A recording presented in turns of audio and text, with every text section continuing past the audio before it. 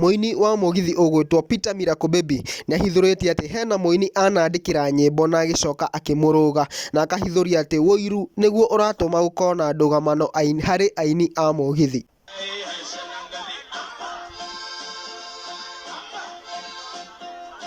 Kwa hivyo nimechini na Holy J. Subscribe to Holy J. Holy J TV. Are you holy? Hello guys and welcome back. Of course it's your boy Holy J, na kama uja subscribe kindly consider doing that.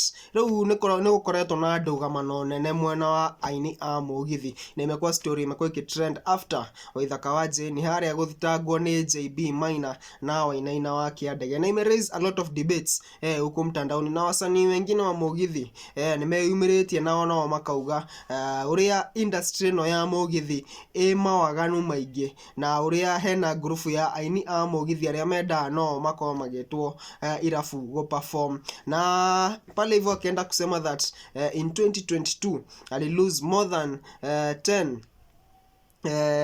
shows kwa club kwa sababu Mugithi artist mwingine alienda na akachocha the management that hakuna kitu yenye Miracle Baby na Karoka True anaweza leta kwa club. Na pale hivyo akaenda kusema bitterly that ona muini ucio umuthiagira irafu-ine ni muini oi na muini anandikira nyimbo na ika raise a lot of questions huko hivi mtandaoni, watu wakisema that that artist mwenye anarifariwa tu ni DJ Fatxo kwa sababu tumekuwa tukijua that DJ Fatxo amekuwa akiandikiwa wimbo na Miracle Baby na ndio hizo maswali zinatokea hapo hivyo. Na kwa comment section pia watu kadhaa wameweza kuuliza hiyo story which is yet to be clarified, but Miracle Baby alisema that he is going to expose those people soon.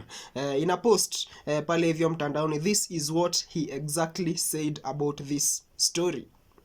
Wasanii wa Mugithi tunapitia hii mambo yote juu ya wasanii few wa Mugithi pia wenye wanajipenda na pia wenye wanaonanga kama hao tu ndio wanafaa kuwa wakiimba peke yao. Nakumbuka last year mimi na wife Karoka True tulikuwa tunaitwa show, then after a few days wenye club wanatupigia wakisema hakuna show cause kuna msanii mmoja alikuwa na wakati alimaliza kuimba akatushow Karo na Miracle kuwaita ni kutupa doo zako.